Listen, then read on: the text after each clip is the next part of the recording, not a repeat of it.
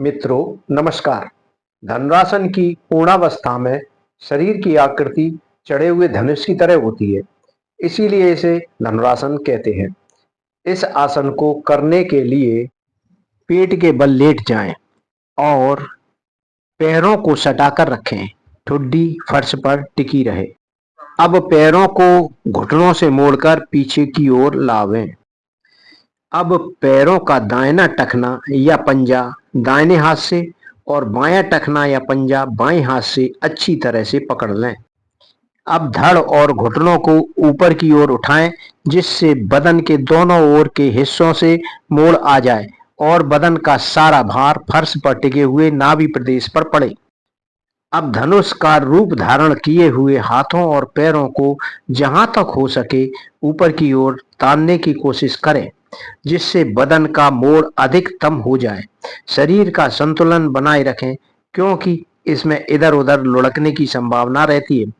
यही धनुरासन का पूर्णावस्था है। इच्छित समय के बाद सीना और घुटने नीचे लाएं और पैरों से हाथों को हटाकर बगल में रखें। आरंभ में श्वास प्रश्वास सामान्य रखें। कुछ समय अभ्यास हो जाने पर पूर्णावस्था में श्वास रोक कर रखें। आरंभ में पूर्णावस्था में 5 सेकंड रुकना काफी है। धीरे धीरे समय बढ़ाते हुए 3 मिनट तक कर सकते हैं। यह आसन 3-4 बार किया जा सकता है। धनुरासन से हमारी सेहत के लिए अनेक लाभ हैं, जिसमें पहला है पाचन में सुधार होता है। कब्ज गैस एसिडिटी दूर होती है। दूसरा है रीढ़ की हड्डी में मजबूती आती है। पीठ की मांसपेशियां मजबूत होती हैं। गर्दन और कमर दर्द में राहत मिलती है। तीसरा, पेट की मांसपेशियों में खिंचाव होता है, जिससे पेट की चर्बी कम होती है। चौथा है स्त्री रोगों में यह मासिक धर्म की समस्याओं को दूर करता है।